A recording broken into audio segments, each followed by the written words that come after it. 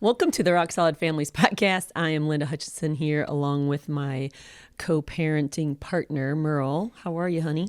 Co-parenting partner. Well, I thought it would just set up the show for us. Yeah. Well, I'm doing pretty good. Thanks for asking. How are you doing? I'm doing good. But this topic is a very important one. We've done it before, so you can go back in the archives and search co-parenting. But it's time. It's time to revisit it because we see these waves of clients and situations, and a lot of it has to do with blended families and divorce situations. And because we now work with the local court system where they are court ordered to come when things are contentious or difficult, maybe you're getting to see this because we've assigned it for homework. Right.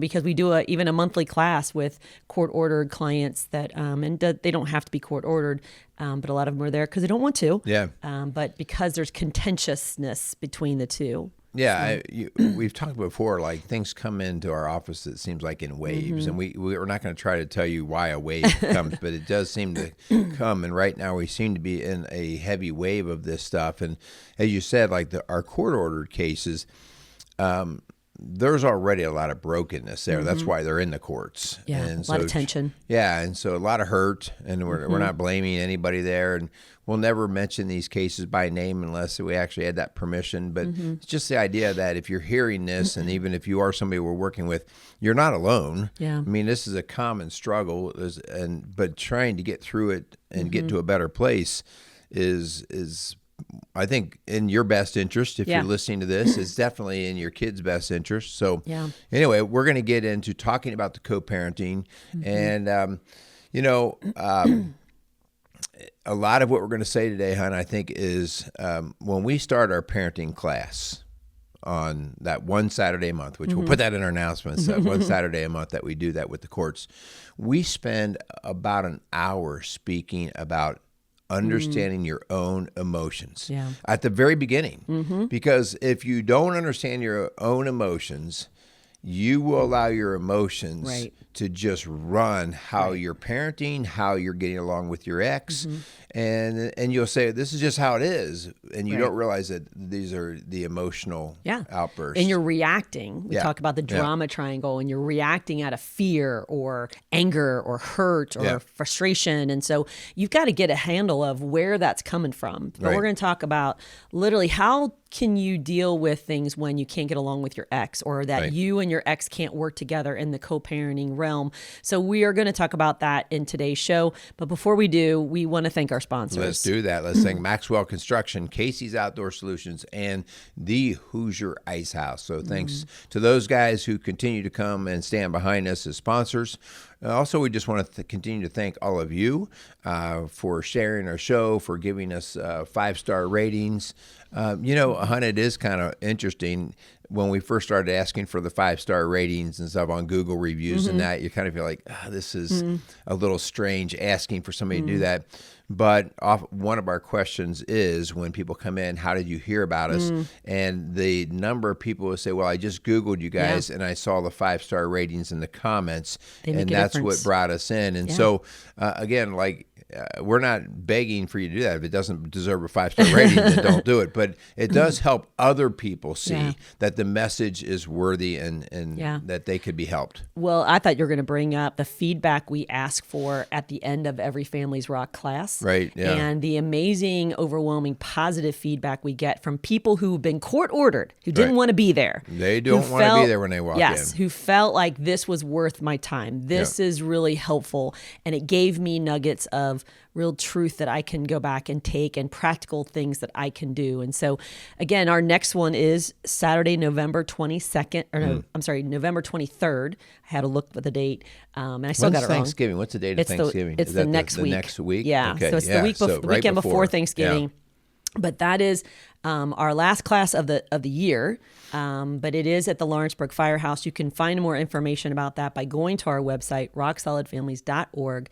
Go under, I think, services, and you will see a Families Rock page there. So we really hope that if you hear something today that you want more information on, you'll either come to that class or connect with us online. We do this one-on-one with parents every day. I just came from it this morning with a blended family situation. And,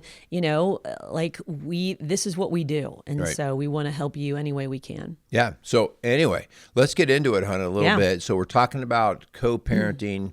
And I just want to start with Proverbs 22:6. It says, train up a child in the way he should go, and when he is old, he will not depart from it. And I wanted to put that in because what you are doing with your kids and what they are seeing right now is whether you realize it and whether they realize it consciously or subconsciously, it is building something in them, whether it's good or bad, like how you deal with struggles. We were having a talk with our daughter today about people who run from problems, or they're runners, right? And people who have just anger issues. And that is stuff that you very much probably came from early parts of their upbringing. So how you're getting along with your ex, how you as parents are pouring into your kids, it does matter. Yeah. I heard this from a parenting expert recently, and it just really stuck with me. It's by, I think it's Jim Burns, who wrote Doing Life with Your Adult Children. And he really makes this point, because this is so prevalent in our culture today, is that when we don't agree with somebody or we have different philosophies, we literally look at that person and they're dead to us. Right. And we cut them out of our life. And he said this, he said, if that's what you show your kids, like let's say your ex, right? Like your ex, you don't agree, you got divorced for a reason, and you cut them out of their life, or you badmouth them, or kind of show this really ugly side of your kids. When your kids get older, that's what they see is the response when conflict comes. Right. So if you are showing them that you cut people out of your life, when they get older, they cut you out of their life when you have conflict with them. So you want to model for them, how do you resolve conflict? How do you be the bigger person, the better person in a situation that is contentious or tension-filled and full of conflict? Like, you've got to show up and show them a healthy model, because if whatever you model to them, they're going to turn on you eventually. And that's what he's mentioning in this book, that adult children are cutting their parents out of their life when they disagree because they saw that from their parents. Yeah. So, and I thought that was interesting. We're not trying to minimize the amount of hurt that happens in a marriage and then in a broken marriage. Yeah. I mean, just in a healthy marriage, there's that conflict where, you sometimes step on each other's toes. And so we're not trying to minimize the idea, because you get people that come in and make statements, and you can see it, even if they don't make a statement, you can see it in them. You don't really understand. Yeah. You haven't walked in my shoes. You don't know my ex. Yeah, and listen, like, we don't want to know your ex, right? Like, but the idea there is you have to understand how hurt people will hurt people. Yep. And that's, whether you intend it or not, your reaction may very well be, you may be trying to hurt your ex because they hurt you, right? But in the meantime, you're using your kids and you're hurting your kids. And, they don't even know they're being hurt, but they're not getting the tools maybe that they need to help them with conflict later in their own relationships. Yeah. And so as you're hurting as the divorced spouse, a lot of times you will respond in a hurtful way. Right. Sometimes even using the kids as pawns, or throwing the ex under the bus in front of the kids. And so we just want to kind of call that out right away and talk about the danger of using your kids to hurt your ex. Like, if your ex says they can't have a phone, then you go out and buy them a phone. Right. If you say, oh, you have to pay for a car, then you go out and buy them a car. And so we see that a lot, that manipulation, that using, or, by the way, maybe throwing your ex under the bus and kind of like outing all of their sins and not like sharing any of yours, Yeah. And so we kind of have learned that there's this controversy about this term that some people call this, and parent alienation is what we're talking about. Yeah. Tell us a little bit about that, hon. Well, so we and all the courts and all the attorneys are very familiar with the term parental alienation. Yes. Okay. But what you'll see when you actually try to protest that, like if you get accused of parental alienation, there's so much subjective matter in this that courts have a hard time actually pinpointing somebody down and saying, outside of locking a kid in the room and not letting them ever see, physically see them, there's this little miniature manipulation system that's going on. Well, your parent does it, or your mom does this, Your or dad whatever. doesn't care about you. And it's hard to say, is that actually this parental alienation? But let's be honest. When we're not talking good about our ex in front of our kids, and we know we're trying to plant seeds so that maybe they'll see my side, and that means they may have to push the other spouse away. And so there are cases where we see, I've talked with our judge before, and he's actually used, I got parental alienation going on. But it is one of these sort of more theories. I have a theory that this is happening versus I can objectively prove it. And so, again, but that doesn't take away the idea that we have this problem. Yeah. And so what do we see if that's the case? If you're alienating one parent from the other, you're literally stealing from them that bonding with both parents, because both parents bring something different. And you may not agree with what your spouse does or how he disciplines or how she responds. But the point is that you're creating emotional trauma for your child when they feel like they're caught in the middle. Okay. So you want to try, it's almost like I compare it to a tug of war rope. We got mom on one side and dad on the other, and he's in a different house and she's in a different house. And we're just pulling this rope back and forth. And the rope is the child. Yeah. And so what I'm asking you, mom or dad, is that you let go of the rope. Please do not put your child in the middle of your conflict with your ex. And we'll see things where, the kid will get along reasonably well with both parents. And then all of a sudden, over a course of a month, 2 months, 3 months, all of a sudden they'll just kind of shut another parent down. And the one who's being shut down will be like, what's going on? What? Yeah. Like, we were just playing board games a month ago, and now you won't even talk to me. Yeah. All right. And so there's this grooming that can be taking place. And so the damaged relationship to the alienated parent is significant. And here's, the problem with that is, as you used the phrase before, you're dead to me. So if the spouses kind of say that, and the one spouse is trying to get the kid on their side, they actually have to get the kid to believe the same thing. No, your father's not just dead to me. Yeah, he He's hasn't dead called to all of week us. long. Yeah. Or I don't know why dad won't, come and get you, or mom, why she doesn't care. Like when you use those kind of phrases, you're damaging that relationship. And sometimes they know that. Right. They know that, and they're doing that on purpose because they want to see that other person hurt. Yep. And we're just saying from a neutral place, you do more damage to the child. Yep. That feels like the rope. So let go of the rope and stop using them as a pawn. Yeah, all kinds of things. You can impair your kids socially. You will impair them in their own relationship building down the road. You just really can mess with them, and don't use your kids in that way. If you have a beef with your spouse, you guys find your adult way to resolve it. But do not get into the business of bashing each other. So I got two extremes of that, hon, where development is either impaired or interrupted. And one way is that one of the spouses is using that child as almost like a security blanket.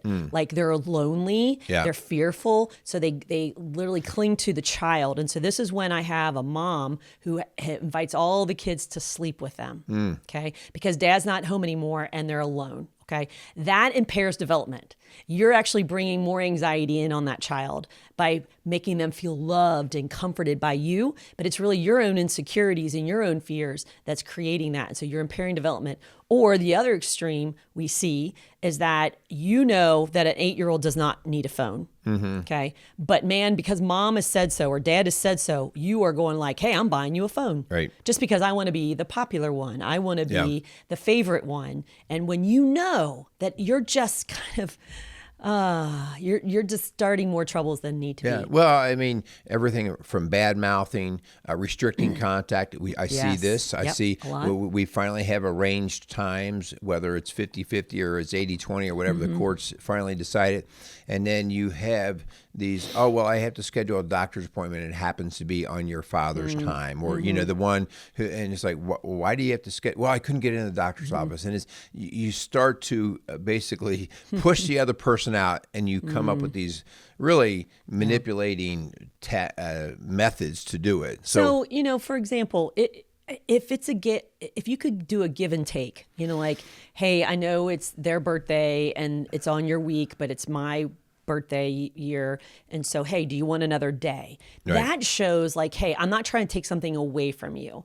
And if they don't want another day, fine. But you're offering that like, hey, it is the only time I could get that doctor's appointment, but that is your parenting day. So if you want to take them, fine. Or if you want me to take them and you want a different day, like that just shows the child like, hey, we're just going to kind of rise above the pettiness, above the conflict, and we're going to do what's best for the child. That's really a huge... Hunt, in a nutshell, is what you're saying there. One of the ways that we can tell that we have parents not behaving well is when they lack flexibility in very this rigid custody arrangement. And they use it to their benefit to strong arm the other, okay? And so if you lack flexibility, either one of you, right, and you're rigid, it really is more about you. It's more about you than about making this work. And again, the flexibility is a two-way street, right? And if one person's abusing it, then I can see where you have to lock down. But when we see lack of flexibility, we know right away, oh, I have two adults here that don't know how to behave well for the interest of the kids. So parental alienation also looks like triangulating. So like you're pumping the child for information or you're trying to get them on your side. If you put that child in the middle of that triangle or in part of that triangle, then you're really setting them up for difficulties and problems down the road. So get them out of the conflict, get them out of the decision making. They're a child, and you two, privately behind closed doors, you make the decision together. So we're hoping that we can help you come to some kind of compromise. The triangulation, if you've watched the show Survivor, you know that quickly when people are feeling threatened, they build alliances. You have to get somebody on your side. And that's one thing when you're talking about adults, all right? But when you're trying to get a child on your side to overtake and push over the other, you have to really think about how sick that is in terms of using manipulating the child in that case. And so we're bringing that out not because we read it in a book, but because we see it. Yeah. We actually see it on a regular basis, and that alliance building with your child to basically, when I think of triangulation, I think of strangulation. We're trying, the two of us are getting together so we can strangle out the other person and we can choke them out. And so the long-term repercussions of this is that your child grows up with an inability to resolve conflict in a healthy way. And they cut people out of their life, like we talked about before. They have trust issues because they don't really know who to believe, who to listen to, because you're kind of making them choose, okay? And so there's all kinds of mental health issues and trauma issues that can come. But so let's assume, Hun, that the person that's listening to this really does want to get better, but they have a very uncooperative spouse. Right. Okay. So what do you recommend for... because it does take two to work together. So what does that look like for the person who is listening, who wants to get better, who wants to keep their child in a healthy place? What do you recommend? Well, so Ephesians 4:3 is really an important thing to rest on. By the way, it's here. on your shirt today. That's why I grabbed it. That's why I actually kept my shirt on. And it is, we talk about better together, right? And this is make every effort to keep the unity of the Spirit through the bond of peace. And peace, the reason why peace is important is because it allows the logical mind to continue to work through and live life. The emotional mind does not problem solve well. It's very reactive. And so so I want to have this unity so that we can keep the peace, because we have a very large task at hand. We're trying to raise a kid, and we've done it with 5 of them, and ain't none of them easy, right? You got to have the problem-solving brain working, and you got to keep the emotion as sidelined as you can. And by the way, let's talk about that emotion for a second, because you said it. You show up with those emotions, right? And we react out of that hurt or fear or guilt or whatever. And sometimes our ex triggers an emotion that we've never dealt with. We've never healed from our dad, from our ex, from our, our boyfriend, or from a parent, whatever. And so we're asking you to do your own work. To really start to look in the mirror and say, why am I so frustrated? Why is these two making me angry when I'm hearing this? Okay. There's something deeper there. Maybe there is some hurt. Maybe there is some unresolved trauma that you've not created. Like, you don't know my situation. And maybe it's not as extreme as it is in present, but there's some junk in your trunk that you never unpacked, that you drugged to the relationship with your ex, and that it just exasperated it. So let's do the healing, right? Let's take care of those emotions and where they're coming from. So that one of the initial things that we really have to do if we're going to get parents to co-parent is the very first thing we have to do. And this is a little bit contrary to how you might hear Linda and I talk. We always talk about hierarchy of relationships, and we talk about God, spouse, and child, right?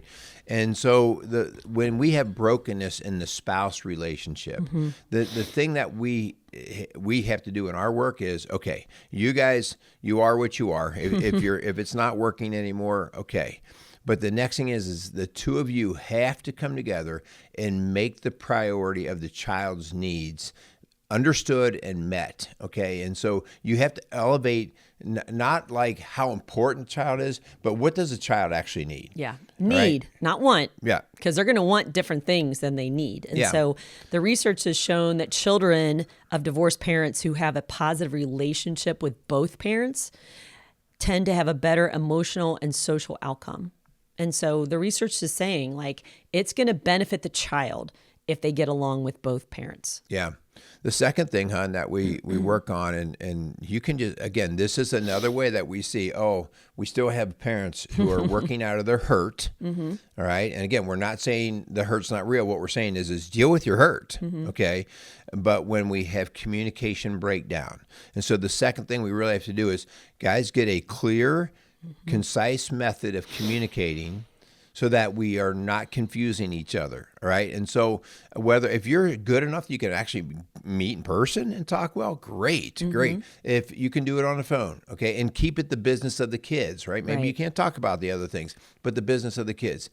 I honestly, hon, I struggle with texting in these situations. If there's any hurt at all, I've seen text messages and I'm like, oh, wow. Like, there's tone all over that thing, right? You can't read the tone, right? You don't really know. You're pulling out, especially if you're a hurt person, you're going to look to the negative of what it could be a totally neutral text. So, but there's some people that would say, I can't speak in person with them. We don't ever talk. And it's like, okay, we're saying whatever you can get to that place of in a healthy manner. And so maybe it is when you're dropping off the kids, you speak what you're asking for. Like, hey, for example, this has just happened last week. Halloween was moved in a lot of communities. And let's maybe say your holiday this year is Halloween and it got moved to a different day. And so it is like, hey, FYI, Halloween was moved because of the weather. And so I'm going to need him on Friday instead of Thursday. Okay. Is that okay? And like working together, and then maybe confirm it in a text so that we're all on the same page. Like you didn't forget our conversation, right? You're just kind of confirming it in paper. But yeah, this is hard. And don't use the kids. Don't use the kids like, hey, tell your dad, tell your mom. Don't put them in the middle. If it is contentious, if we are still dealing with the hurt, then our courts in our area, and many of the courts do this, they recommend, or sometimes it's not recommended, it's enforced, it's court ordered, a tool, an app that all of the communication goes through this common app. And in our area, the one is called Our Family Wizard, okay? It's expensive, but there's lots of different types out there. But that idea is, it goes. The courts can see it anytime they want, right? And so we can see people are behaving badly with tone or words or accusations. You can see it, and so now we can say, is somebody in contempt of court here? Is somebody not being fair? And at the end of the day, we're not trying to catch people in trouble. We're just saying, will you just play well? Yeah. Just play well for the sake of your kids. Yeah. So if you feel like there's a lot of tension and things are getting, misconstrued, then I would talk to my attorney and say, hey, can we get some kind of neutral app or communication vehicle so that we don't have to deal with this anymore? So if you mentioned contentious before, if it is contentious and they're not listening to you and they don't hear you and in your tone and your intentions that you want and mean to, then find a mediator. Find an outside source that you both can agree on, okay? And we've had this before where one spouse wants us, and then the one's like, oh, that's a ringer. They're in your court, blah, blah, blah. Okay, find somebody that you both can agree on that maybe neither one of you know, and have that person sit down with you as a mediator. And here's what we would ask you to do with this mediator, and this is what we do. What are the family values that you want for your children? What are the things you want when they grow up to be adults? What do you want that to look like? Do you want them to be hardworking? If you're going to be hardworking, then they're going to have chores and responsibilities.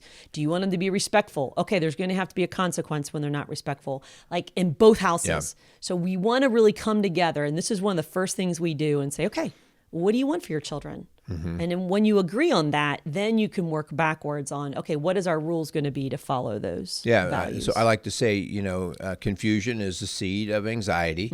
And in order to clear that up, to prevent it, I have to first state my destination. And so those are the values that you're talking about. When we're 21 years old and our kid is leaving our home, where do we hope that we have them to, okay? Yeah.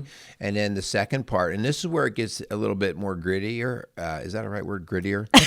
More gritty is the idea that then what route are we going to use? And this is where you go, okay, if we want good work habits, that's maybe we both agreed, then, well, what will that look like in your house? What route are you going to choose? Well, in my house, I'm going to have them feed the dog and make their bed or whatever. Okay, so in my house, here's what it'll look like. Yeah. So there can be different routes taken, right? And it's not a matter of like who's got the right route. It's like, are we both teaching what we say is important so that when our kid is an adult, they'll have that tool? Okay, so let's just be the devil's advocate and say, I can't get my spouse to sit down at X and to have that conversation. Yeah. Okay, then you, as much as it's in your control, you invite them into that process and say, I'm hearing this podcast and I'm hearing this is important. I would love to do this with you. Right. And if they say, forget it, F you do whatever you want, I'm not doing that. Okay, then you sit down, whether it be with you and a mediator,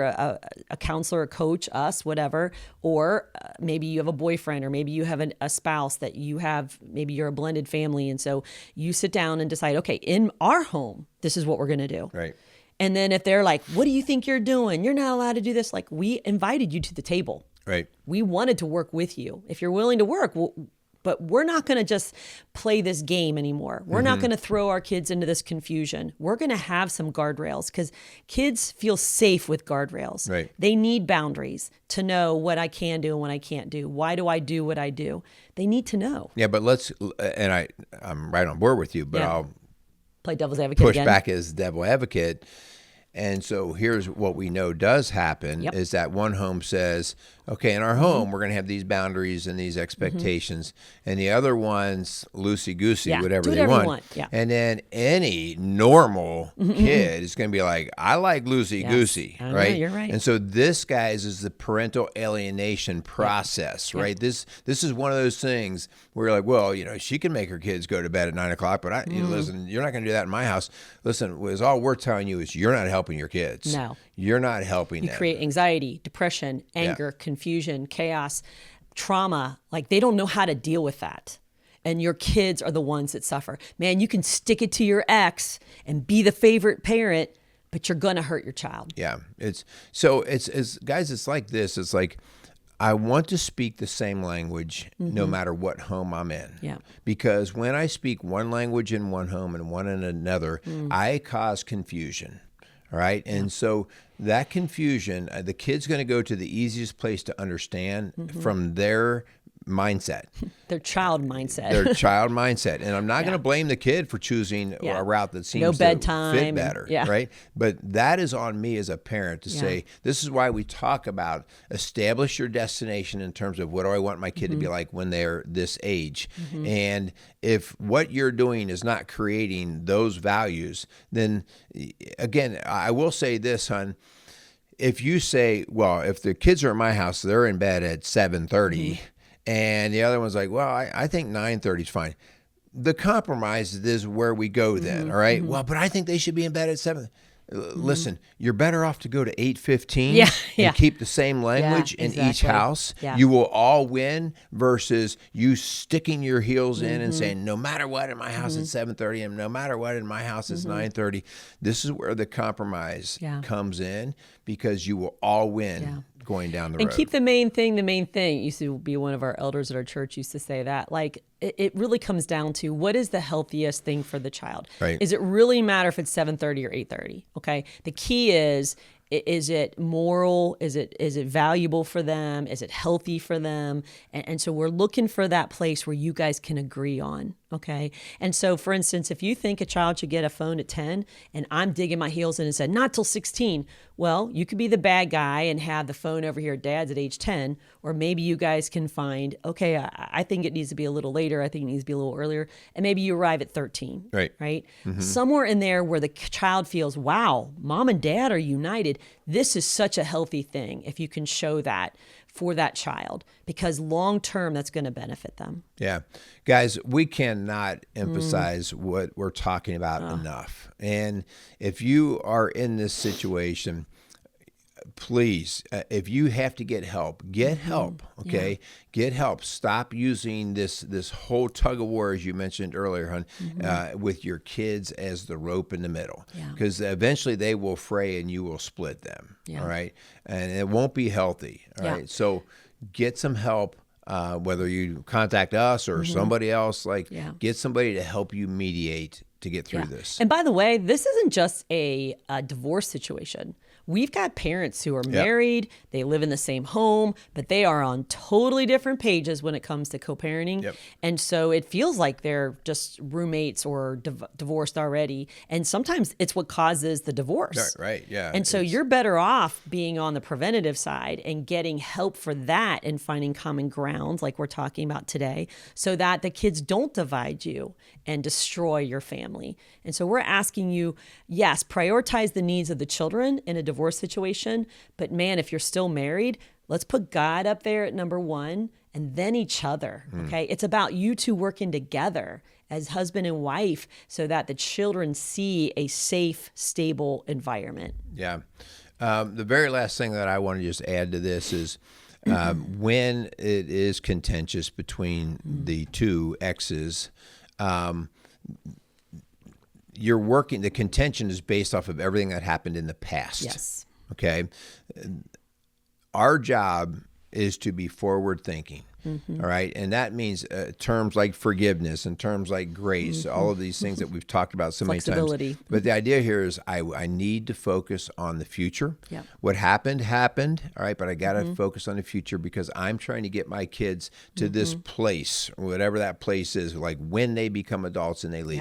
And so we really want to be forward thinking, future thinking in terms of how we're going to parent. Okay. So I want to bring that up because we talk about that in our class, Families Rock.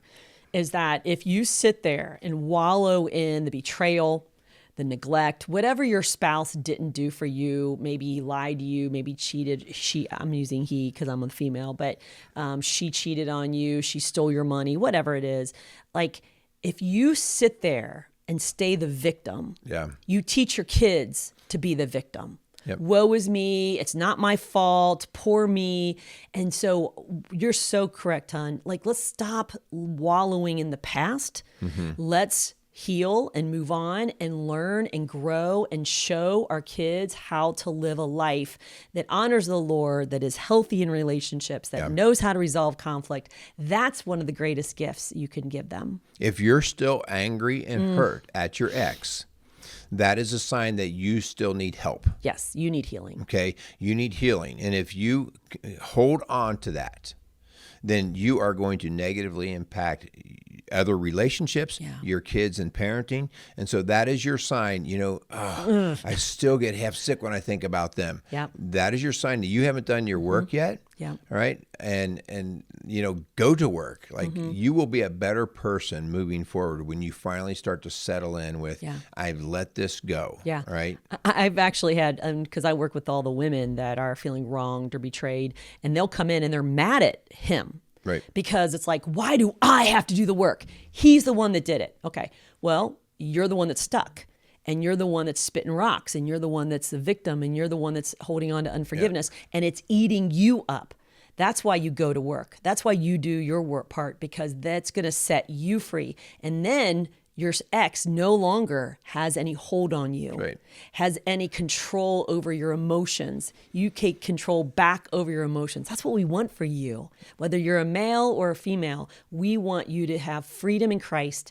We want you to have healthy relationships. We want you to have healthy co-parenting and show your kids how to resolve conflict and be able to move forward. Guys, this is a show that if it made sense to you, great. But I promise you, somebody's in your head that this show's reminding you of.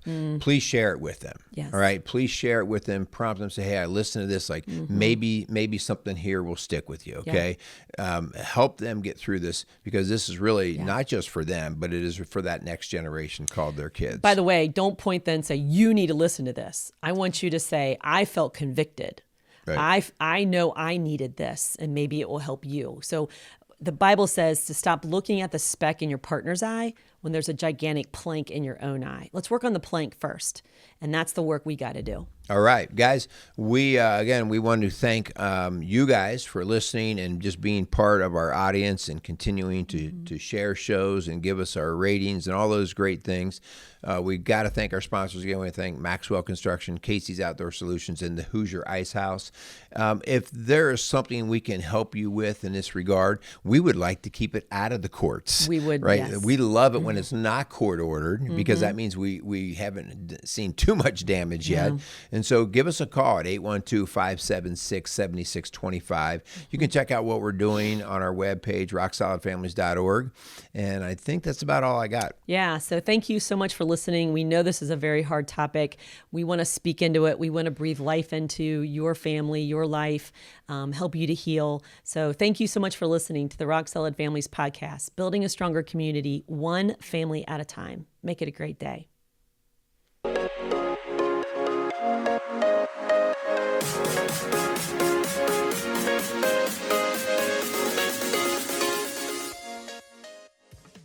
Rock Solid Families wants to thank Casey's Outdoor Solutions for sponsoring the Rock Solid Families podcast. Casey's has grown to be one of the largest and most unique garden centers and gift shops in the Cincinnati tri-state area. Whether you are looking to take on that next landscape project or simply add a little home decor to your house, Casey's has you covered. Located at 21481 State Line Road, Lawrenceburg, Indiana. Call them today at 812-537-3800. Let Casey's help you add beauty to your home.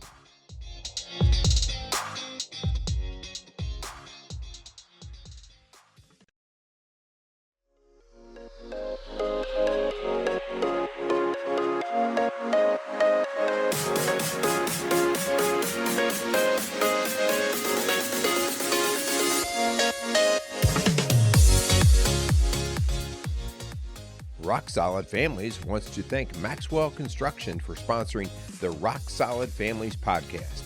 For over 30 years, Maxwell Construction has been a leader in turning dreams into realities, building schools, banks, restaurants, and many other commercial and public facilities. Maxwell Construction has made it their priority to not just build buildings, but to build into their community. So if you have any construction needs, call them at 812-537-2200.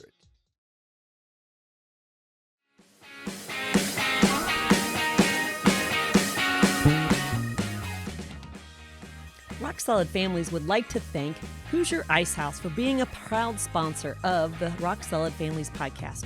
In the heart of historic Lawrenceburg, Indiana, the Ice House is at the corner of Vine and High Streets. The historic building evokes a feeling of comfort with spacious indoor and outdoor dining, a large bar, and comfortable dining areas. Large enough to host parties, yet intimate enough to feel like your favorite neighborhood restaurant. So thank you again for the Hoosier Ice House for sponsoring the Rock Solid Families podcast.